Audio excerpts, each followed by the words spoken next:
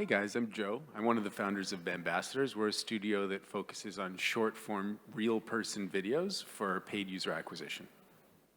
Hey, I'm Jacob at Lightricks, and I basically lead all our various efforts with everyone from creators to influencers to celebrity partnerships and things all related to that. And I'm Liraz. I'm leading the creative efforts on TikTok, helping clients such as those great guys do the creative and solving creative blockers when it's come to user acquisition and everything around creatives. Hi, I'm Or. I'm team lead at the user acquisition department at Playtika. Hi everyone, I'm Gal. I lead the creative team at Beachbum, and we create the content for the UA platform in general. Awesome. So to kick off, Beachbum has generously given us permission to show 4 of the videos that we produced for them, and you guys are going to have to guess which one performed the best. Okay, so all 4 of these videos are for Spades Royale, and here is video number 1. If you ever thought you could beat me in a spades card game, think otherwise. I guarantee you I am the best spades card player on this entire planet. Okay, maybe not the whole planet, but you know, partial parts. I found the most coolest free spades game called Spades Royale, where you could literally play with anyone and everyone around the world. And if you've never played before, they have a how to play section. You can also edit a cool avatar and also turn on your camera to meet other people and play with them as well. So come join me, let's see if you can beat me. I'd love to see you try. Okay, so that's number 1, Spades Royale. Next one. You tired of being the best spades player you know? Then download Spades Royale and test your skills against people around the world. Spades Royale is the best online spades game and the only spades game with live video, so you can see who you're playing against. So download Spades Royale, hop on my table, and see if you can beat me. Okay. We have some opinions starting to form about which one might be the best performing. Okay, 2 more. Here's number 3. Hey, have you seen my... Now let me show you something. Way more fun than that boring little deck that you had. Pay attention. Spades Royale. It's the hottest new game in town. And it'll save you from touching those little dirty cards again and maybe finding your new friend. You can create an avatar and make it a star, or you can play on live. Just don't be shy, baby.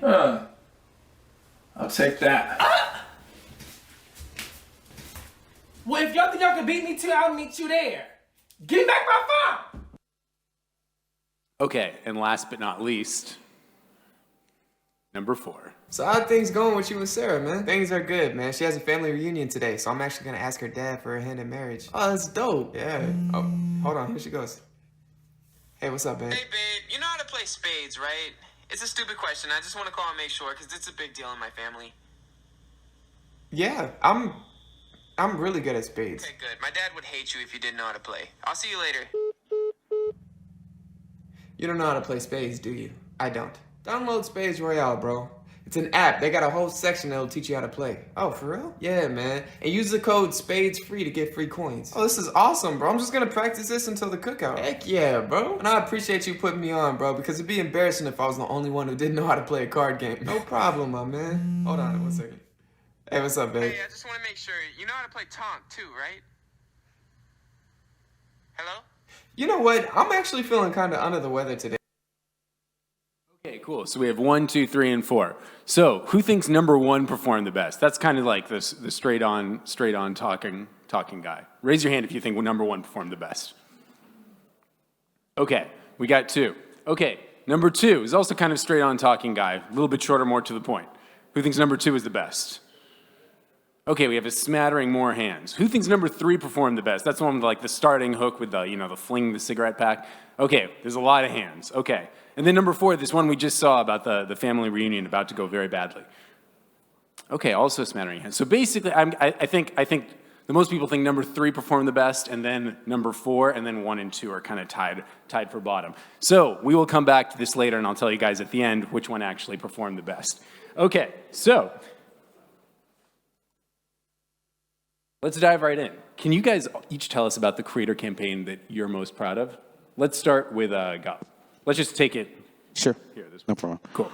So one of the first creator campaigns we've done was a UGC video made by a very cool grandmother who's just filming herself with a selfie video, big gray hair, talking to the camera and say, you know how to play Remy, but Remy with jokers is fucking amazing. Sorry for cursing. And we had to bleep that word.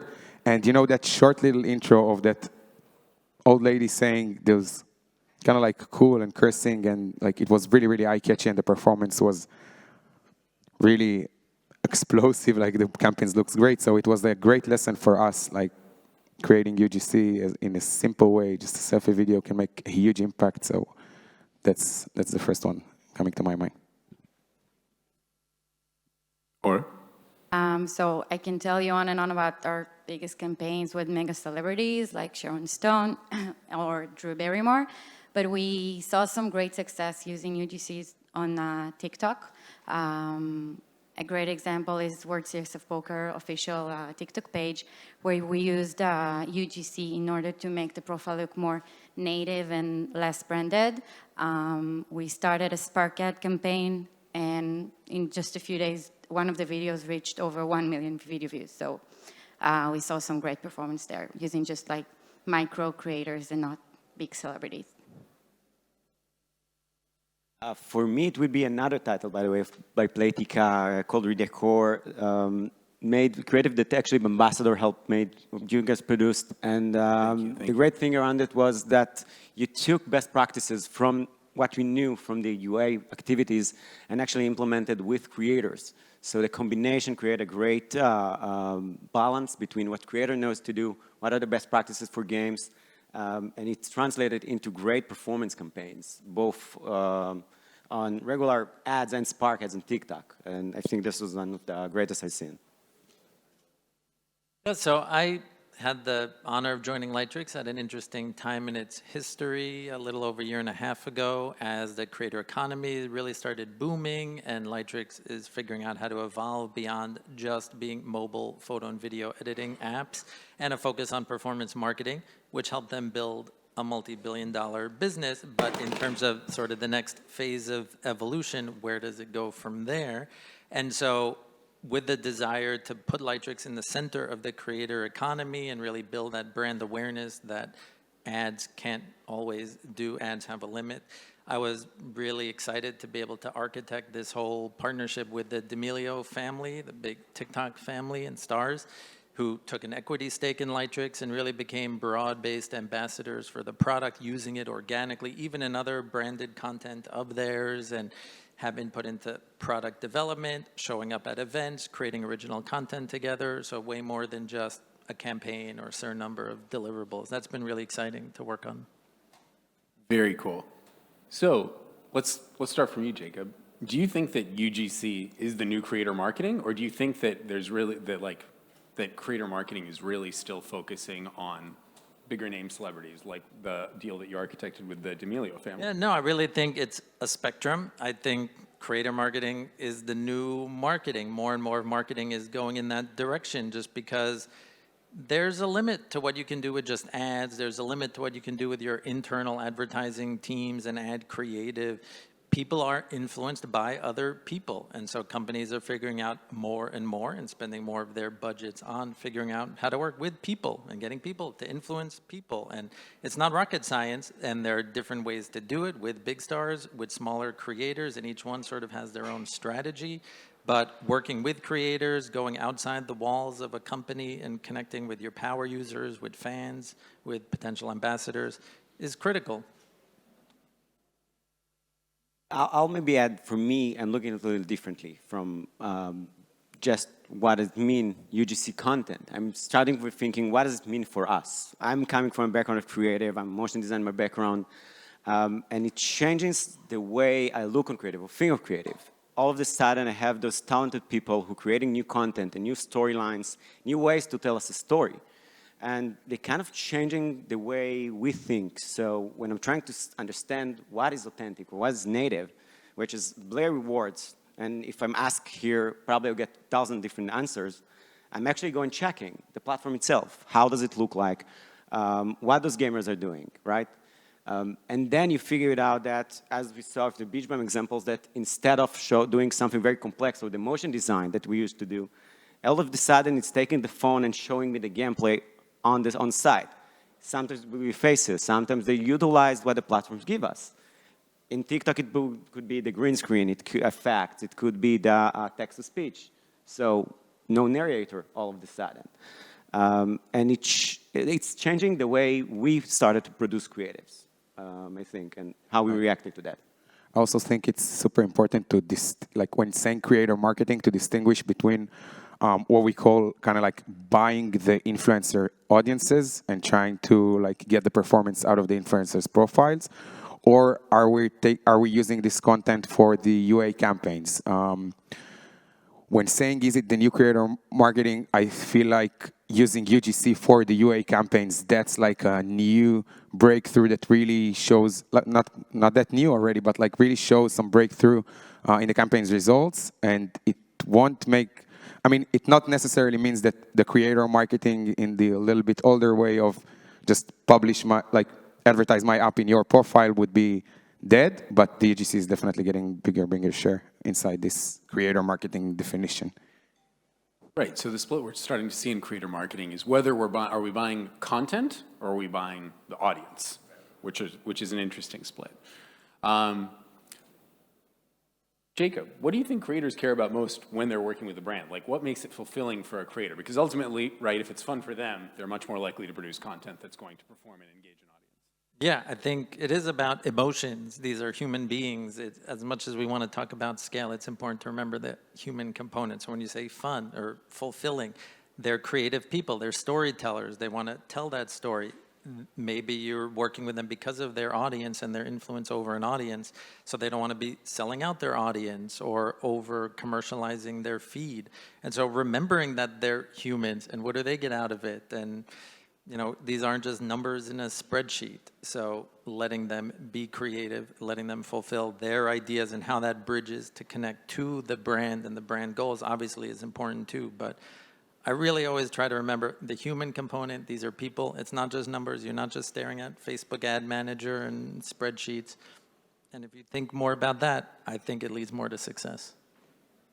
I think they are really enjoying creating their type of content. I mean, there is a reason of why this person became a creator, creating his type of content. And if you won't give him too many guidelines or too many restrictions of how to make this video, they're just enjoying to create their laugh, their jokes, their type of content. And I really think we should respect that and get better content back to us. Yeah, I definitely agree. I think something that we see a lot of time when we're talking about UGC or working with creators, eventually it's becoming a little forced. A lot of the ads look forced, like we force them to tell a certain narrative or tell a certain storyline, and then doesn't work. If all of us can spot this forcing ahead, and I think letting them do the thing while just letting them know what is important inside it, showing the gameplay, which type of the gameplay, but do your thing.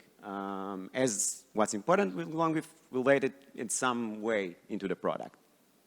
Or did you want to chime in here? No, okay. So Aura has generously organized permission for us to show one of the videos that we produced for them, which is, I think, a really cool example of what happens when you basically put almost no instructions in a brief to a creator, really give them, instructions for like what the brand is supposed to be, but really give them the freedom to create, and you get some really cool and unexpected stuff. So here we go. Thank you to the Playtika. Bingo Blitz is the #1 free bingo game with over 1 million players playing every day. You can play bingo with your friends or play with new friends from all over the world. Play bingo for free and download Bingo Blitz from the App Store today. She's enjoying it. Yeah, she's loving it. She's into it. No, I was just talking with Dan from Bambassador about this video earlier that we really give the creators the freedom to do whatever they want with just like general guidelines. And this is crazy that she actually went to the dentist to create this video. It's insane. But eventually these are the things that's working. Can you imagine the conversation she had with her dentist to make that video? And like the dental hygienist must be filming it also, or someone, I don't know. Okay.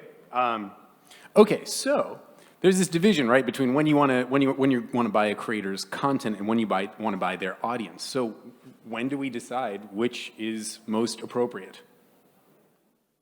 For us, the use of bigger celebrities will probably come when we want to have like a short-term massive impact. We want to increase our noticeability for something that we call like immediate impact.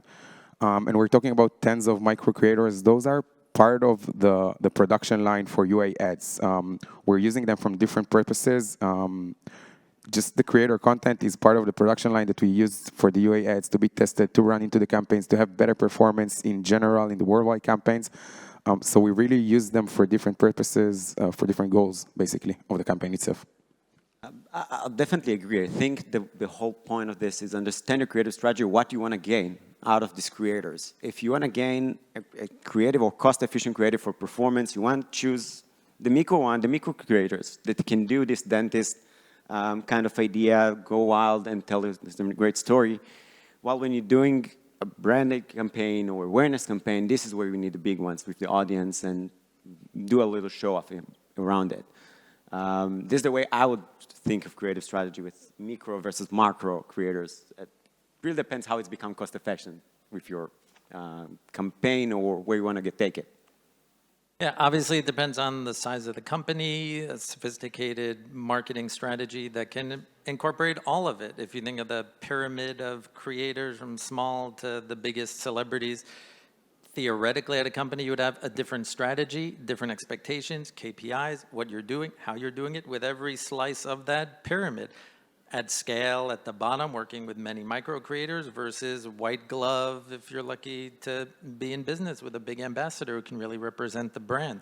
They can also spur UGC campaigns, like through different contests and incentives, you know, duet this video for whatever, or something like that. But each one is a different strategy, different KPIs. So when do you choose? A lot of it comes down to your ability and, you know, how big the company is, the kind of budgets you're working with, the stage of the company that you're at. Do you really just need to hustle and focus on performance and get downloads? Or are you a little more mature and have the budget to do things that are broader brand awareness, experimental, etc.? Got it. Okay, so let's move on to let's try to keep this really, really actionable. So say you're going about, you want to test ads that could be from a micro-influencer, it could be from a celebrity. What are the best practice for testing this kind of stuff at scale? And what is the best way to start if you're just getting into the game? I'd love to start with Liraz because he's, you know, the man behind the curtain at TikTok. Oh, wow. Operating all of the levers. Thank you. For me, I will start first of all to understanding what the creative strategy behind it. How many creative are actually capable of testing? Am I capable to test 5 creatives, 10 creatives? It really changes the way I'm going to build it. Because if I'm capable of testing, let's say I'm capable to test in the next 2 weeks 5 creatives, but I produce 3, obviously I wouldn't be able to scale my activity. If I produce 10, I lost very important resources and expensive resources. Creative is always important and expensive. But not only this, I'm also could lose very valuable creative that could perform but didn't get the chance to be a winning one. So this is the first understanding that I'm from the creative side, from the studio side, trying to understand in order to go into creative testing. The second thing I would do is work along with the platform and understand how the platform reacts. So on TikTok, for example, we have different ways to doing it, from split study to other ways of testing, what we a lot of time telling clients to do. When you want to do it in scale, don't lose time on the significant A/B testing. Is just copy your evergreen ad groups, okay, with the targeting, for example, and then have a champion ad group versus a challenger. So the new creative challenging the champion creatives, and then instead of just pulling in the creatives, putting in the creative into your existing ad group where the algorithm might not give them the right chance over the old ones, you're trying this in an ad group that you know that the target is good, and then the algorithm must give this 3 to 5 creatives spent, or at least 2, 3 of them, right? And then you're understanding what algorithm like, which one you pushed over the others. you can get the results and actually feel understanding which of those creative you want to take into your existing activity, and starting scale through that. And this is just a cycle.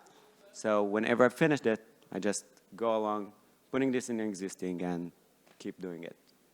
Oren Gal, you guys are on the front lines wrestling with the TikTok algorithm every day. So we got the party line, but what does it actually look like?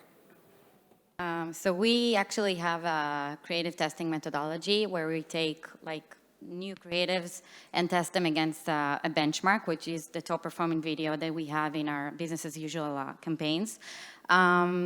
Let's say we have like 5 new creatives, so we'll put them in a test against the top performing video, and we want to make sure they get not only enough spend, but also enough tractions in terms of impressions, clicks.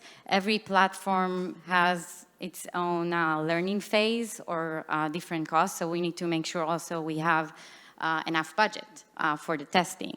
Now, once all videos are getting enough traction and we can compare them apples to apples versus the top video, and we find a winning one, we will add it to the mix of creatives in our regular campaigns. The other thing is also to look after a while and see that the new creatives are getting enough spend in a mix of creatives. I'd like to pick it up from that point and maybe mention the statistics significant that we care a lot about when talking about testing creatives. You said smartly that usually there's like a small kind of test campaign before we push them into the business as usual campaigns. And in that stage, that's really, really interesting. What's the KPI you're testing for? What are you looking for in your business as usual campaigns? And are you able to test for it inside your test campaign? What do I mean? Let's say you're, I don't know, slot casino app. Probably, let's say you're monetizing for in-app purchases. If you're, I don't know the numbers, but let's say $100 per cost per purchase. If you're looking to get statistics significant for testing those creatives, usually you want to get good number of events. Let's say around 50 events per cost of $100 per event means it's going to cost you $5,000 to test a creative that probably costs way less than this. So it won't be really cost effective. My biggest recommendation is to try to find a little bit of an upper funnel metric that will predict your main KPI or your business as usual KPI that will help you to identify the winning creatives in early stages without spending too much money just on the testing phase. I'll even add to this. I definitely agree with that. It's not reasonable to test every time 5K each creatives. What you want to try and find the potential creative, the one who has the most potential to be your next, bless you, your next top performing creative. And the way to do it is either by upper funnel, the understanding why the algorithm pushing, for example, creative. A lot of time, this would be our next winning one. With the methodology I mentioned earlier, you can do 2 cycles. Upper funnel for the 5 creatives, understanding in upper funnel events which one worked, and then take only 2 of them into the second test down the funnel metrics, those who show the most potential, for example. And then you save a lot of money and capable of keep doing it and scale over and over again. So once you've started, how do you then measure results? How do you really see what's working and then like really iterate on what's working? Maybe we've already answered this question, but actually I'd like to hear from Jacob first on how you would do this with like with a more traditional creator campaign where you're working with like a really big name and you're getting access to their audience through them. Yeah, so again, it really depends on setting the goals ahead of time and expectations, because a lot of times you have a feeling like, oh, that was cool, but how do you know that that was working, that you should pay more money to work with them more or move on to the next one? So it's really important to set those expectations up front, look at the benchmarks on their account, engage. You know, the great thing about social media is that it's all public. You can go see what other brands someone has worked with, the engagement around that, the activity, feedback. And so if it's for more brand awareness and you want to look at comments and engagement to their post, did they drive new social media followers? Maybe the content can also be used as ads, even if that wasn't the initial intention. You know, for us, if we're working on tutorials and demos with influencers, then we want to see that people actually do that tutorial of that template or whatever they were promoting, remaking that. So we look at a lot of those metrics that are sort of native to social media that you can see, that you get a sense of, was this person a good ambassador, a good champion? Did they deliver a great tutorial to their fans? Or did it kind of just fall flat and we should work with someone else?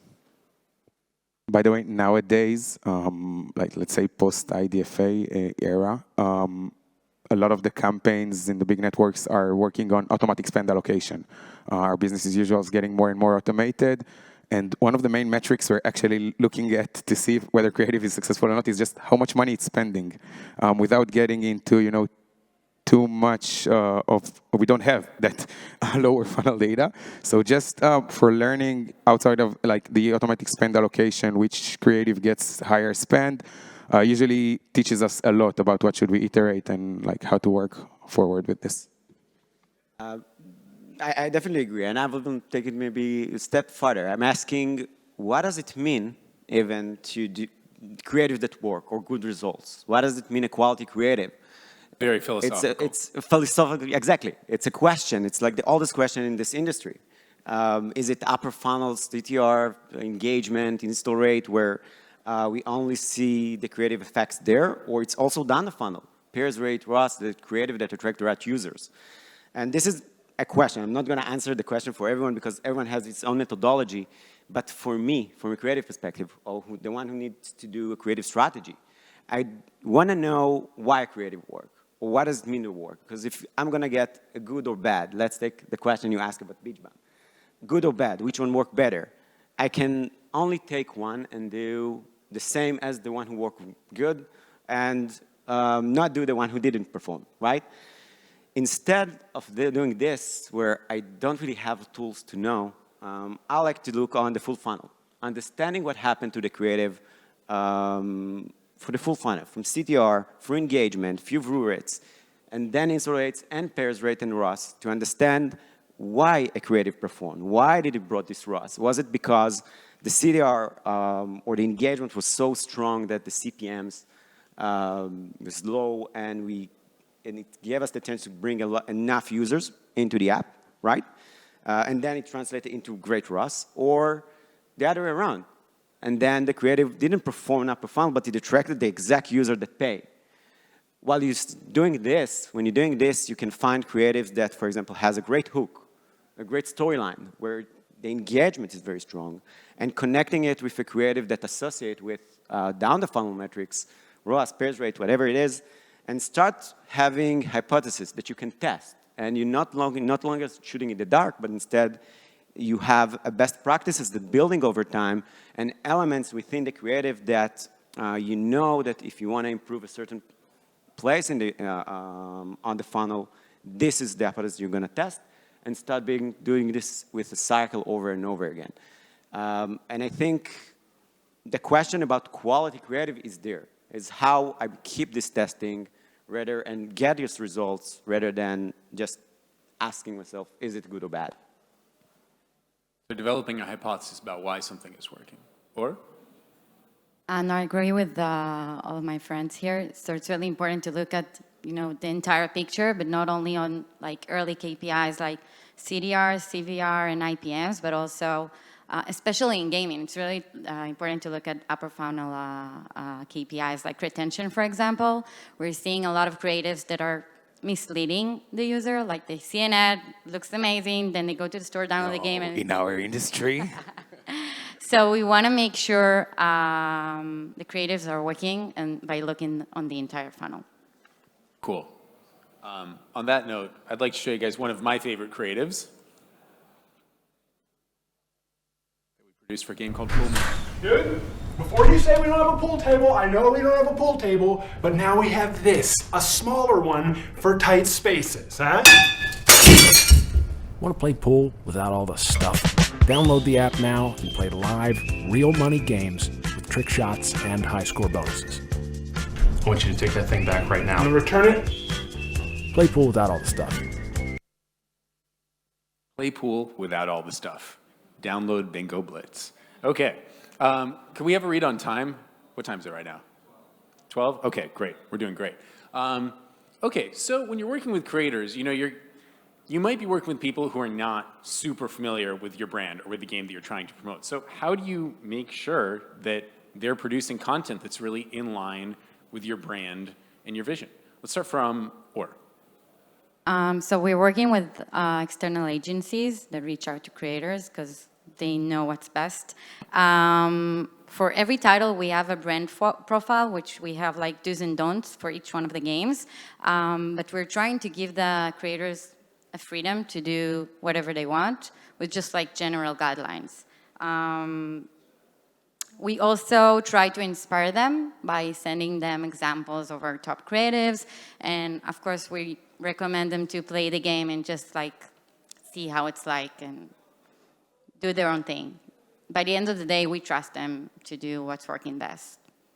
I feel like one of the worst things you can get from creator is a video where he's trying to act and not to create.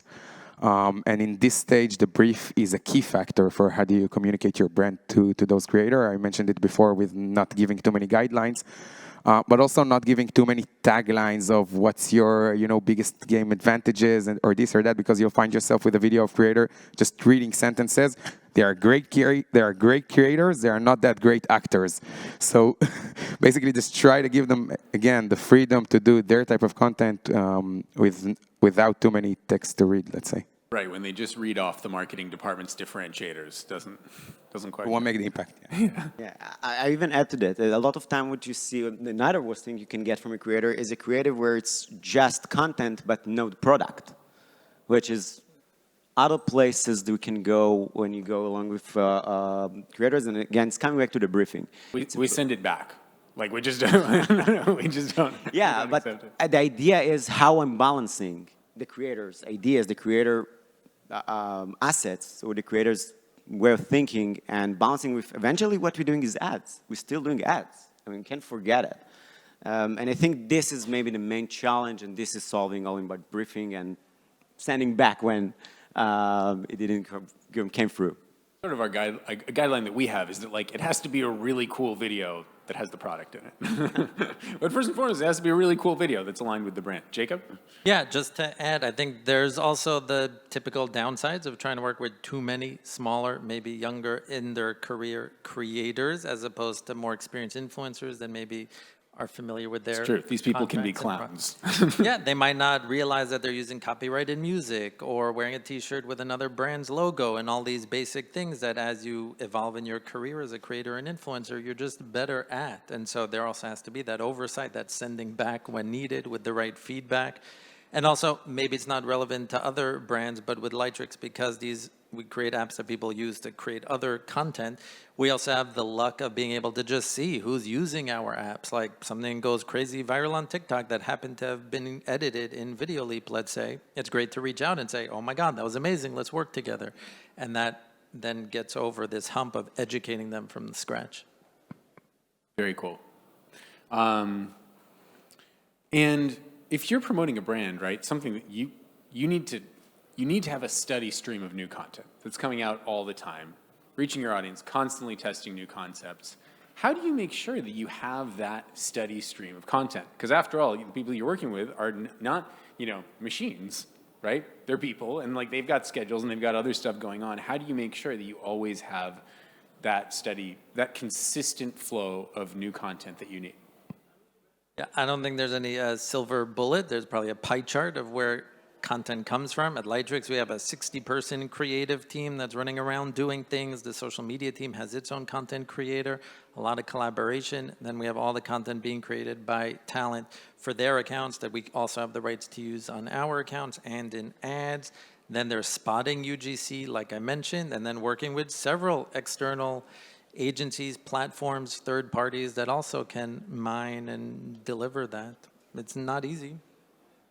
Never easy, I guess. I would say, again, if you're looking at a holistic creative kind of look, you need to know what creative resource do you have, how you utilize your creative resource to make sure to have the streamlines. So, for example, if I'm working with Bambassadors and I know that I'm getting 10 creatives a month, but I need 40 from my end, I would use the testing methodology and find those 2 free creatives that perform and start iterate.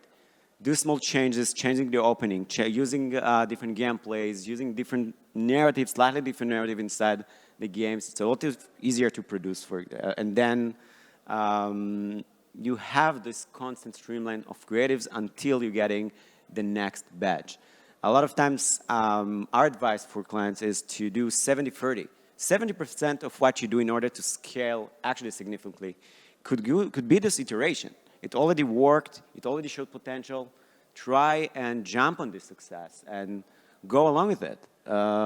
And have this constant streamline of iteration. It doesn't matter how you're doing it. You can do it through tools in the, like in TikTok, we have video editors. Sure, other platform has their own. Your designers could do it in a very fast way, but you have this constant stream of iteration until I'm getting the next new badge. And this 30% I can go wild and find the next narrative, the next creative, the next badge that's gonna explode, and then I'm gonna iterate on this. And it's a whole full cycle of how I'm getting this constant new blood into my activities.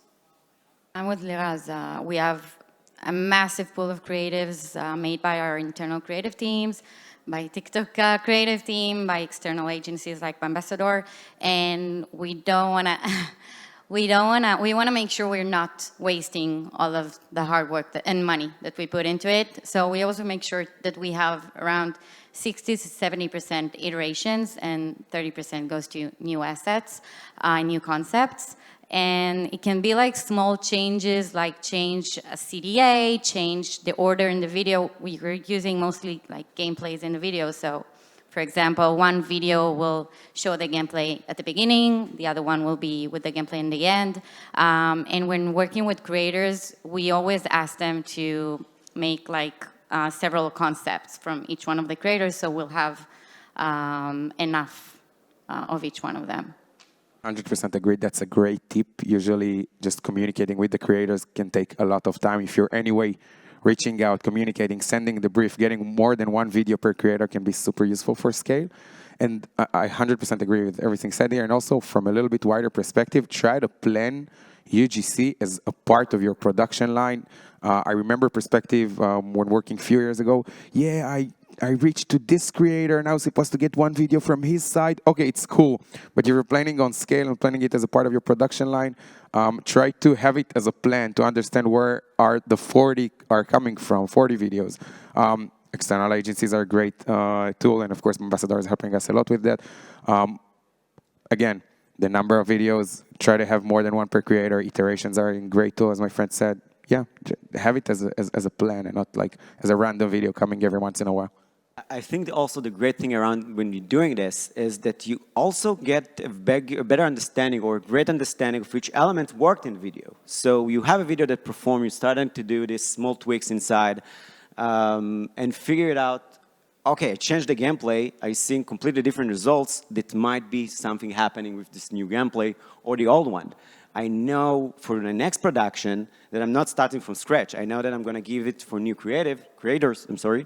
I'm going to tell him, okay, this is the feature you want to use from the game because it's already associated with great performance. And by doing what you guys are doing is the way to build the best practices, even for new ideas, for the new work that we're trying to do. It's a great way of utilizing it on scale, not starting from scratch, not shooting in the dark every time. Totally true.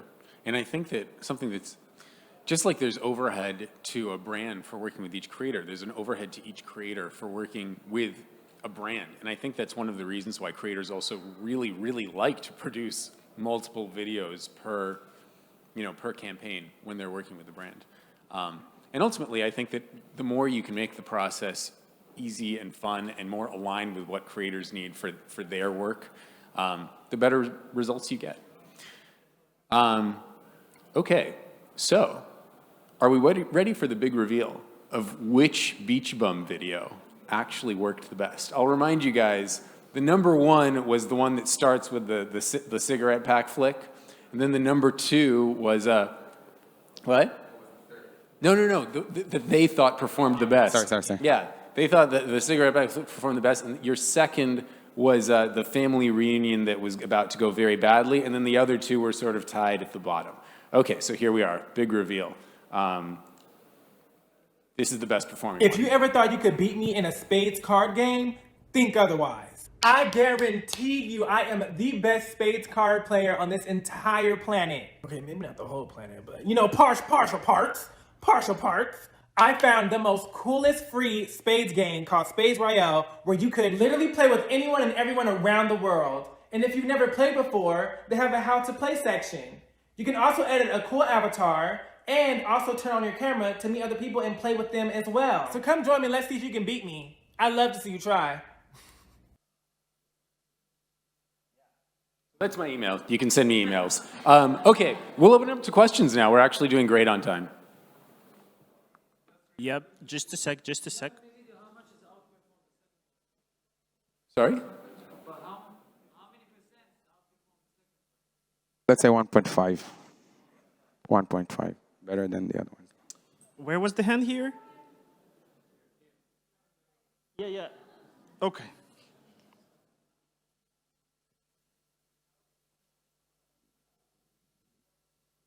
So first of all, thank you. It was really interesting.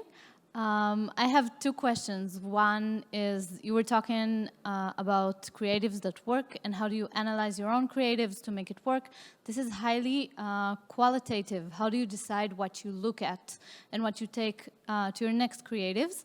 And the follow-up is, what worked with this creative compared to the other three that you showed us? I can take the first one. You probably need to take the second one. It's not about putting a lot of time on this each time analysis. It doesn't need to be a big issue or something that is time consuming. The idea is doing this test, stop for a second, pull out the numbers, and have the couple first hypotheses that you have. It's never a science. You never know what will work next. You're assuming that if you saw a drop on view rates on second 3 or 4, there's something that's happening there. Or there's a lot of clicks in second 3, there's a certain element that interested users. So the idea is to keep this assumption, testing it again, once again, and then get your answers. And if it worked, amazing. So your assumption and hypothesis was right. If it didn't, you can develop a new one, and it's still with the iteration scaled production. So it's supposed to do the other way around, not be time-consuming, but instead make it a little more oriented into what you're asking, what you want to improve. And the second way is, sorry? No, go ahead. The second answer is look what you want to improve. If you see that your activity or suffering from low install rate, right? This is what you want to look for. So you want to check the creative that associate with higher install rates, or CTR, or pairs rate, whatever you want to fix in the funnel, rather than all the others. It's another way of looking on the numbers and pull out the elements that you want to test and do your work afterwards. I'll be happy to address the second question, but maybe both. I'll start wide and I'll narrow it down. First of all, don't take from us the most fun part of being the creative people who's saying, we don't know, it might be working, it might not, let's try it out. So we're always like smart after it happens and not before. If it was all of our creatives were winners, I wish we could do that. So getting into specifics, I 100% agree with Liraz that collecting those learnings is super important. For us, talking about this creative, we know that for these specific titles, the audiences are a bit more older. And we're seeing that with direct communication, usually it works better instead of role-playing videos. That's, for example, a learning that we can collect here that, by the way, the first two were better than the last two in general if you're looking at all of them. So, okay, you can find some aggregated conclusion that you can see for a few creatives around it. Oh, that's a connected line, that's a connecting line, that's something that we can learn from it. So, yeah, I feel like the direct communication in front of the camera was the main learning here. And the least clever one. Exactly. Simple and straightforward and not too complicated for a little bit older people. Yeah. Can talk about the Bingo Blitz one. What? The Bingo Blitz one. Oh, yeah, we had ones with Bingo Blitz that we produced together with Playtika, and it was the simplest creative you can find. So it's someone just playing with his finger the game, and you sound there's a voiceover saying, ooh, like it's hard game, and then he's screaming after 10 seconds because of the loss. I think a lot of time the simple Yeah, when ones we are first working. saw this video, I was like, oh my God, what the hell were they thinking? It looked like so bad, really. And this is one of our top creatives. So by the end of the day, we can't really know what will work. We'll just have to test it and see the results.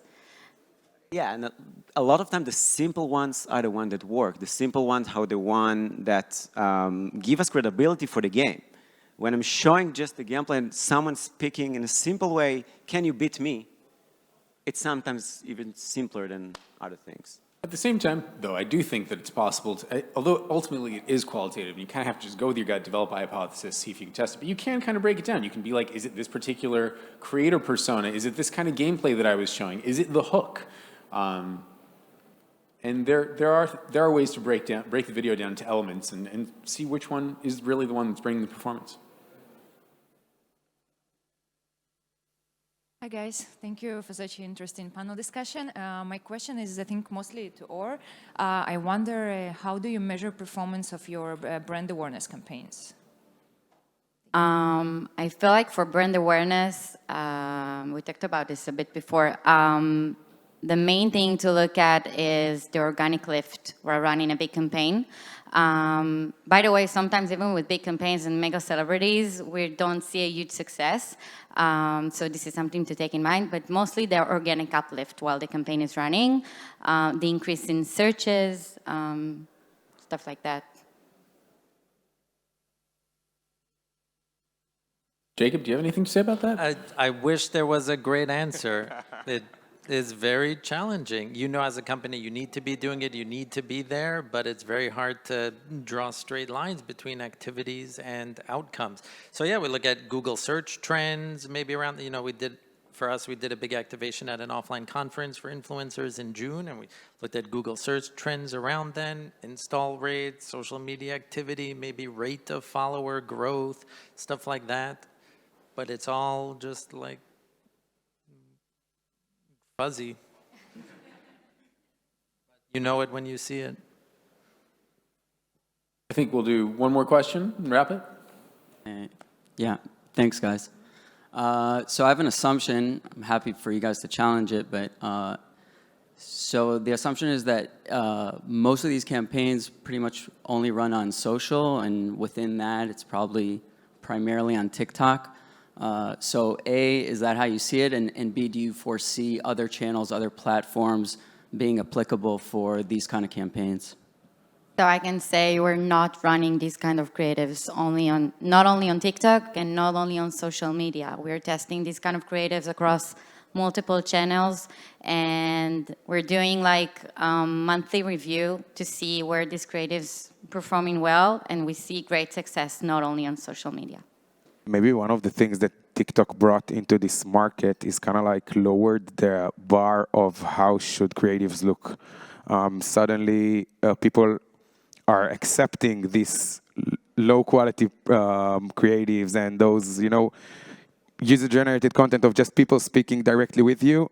It started from TikTok. It's now on Reels on Instagram, on Reels on Facebook, which already like major part of the spend of most of the advertisers, I guess. But going into the ad networks as well, those are the same people watching it, right? There's a lot of differentiation between which creatives works in each network, but like those are the same people that are getting more and more used to see this type of content, to watch this type of content, to react to this type of content. So the different networks, of course, matters, but this content is acceptable on all the networks the way I see it in terms of performance. I'll even take it maybe a step farther. I'm sitting here on the TikTok hat, but a lot of time what I'm saying to clients, or giving the example of Twitch. Think about what happened with Twitch a few years ago, where it was a very niche platform for gamers, where they started playing, showing the gameplays and reacting to that. And over time, it's go into YouTube. And after YouTube, Facebook, and after Facebook, TikTok, and everyone in the game area, we all know now the concept of a gamer who reacting on the gameplay he's playing. So what I want to say around it is where you have a trendy platform or trendy type of content that go along platforms. And we see TikToks now, not only on TikTok, you're seeing them everywhere, from other social platforms and even in ad network, we see today, this TikTok-ish kind of language. The trends tend to move between the platforms. So I agree with my friends. If it's gonna work for you in certain platform, you're gonna wanna test it in other platforms. Maybe with small adjustment to fix it to the right experience or how you made him. But other than that, it should work eventually. It's the same audience. Maybe one last question from somebody wanted? No?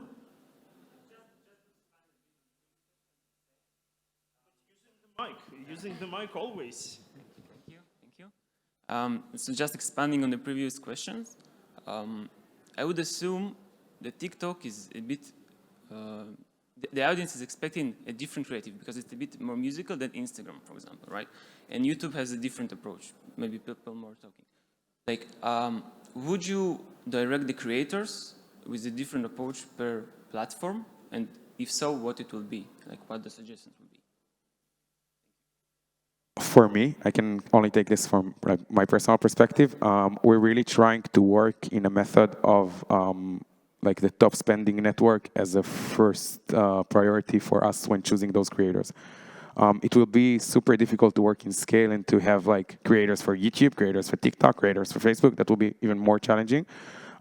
So we kind of like trying to understand, and we know, of course, what are the best performing networks for us, where are we spending the most, and then start with creators that their impact is usually in those networks. And as Lira says, it's moving to other networks as well. You can make the adjustment to make the content look better, let's say from TikTok to YouTube.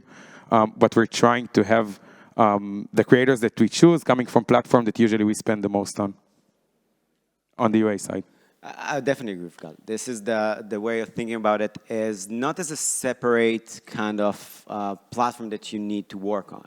You always need to look on this holistically, and you will see that the elements keep coming up.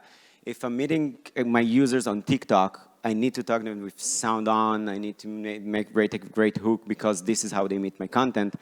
But on Facebook, I might need to add another maybe text in start to catch their eye, so they will hear the sound, for example, because the sound is important. But other than this small adjustment, I would do and try everything everywhere all the time, because again, it's not prophecy. It's a best practice. You always want to test it and see how the platform reacts. And you will see that best practices break over time, even YouTube, even TikToks.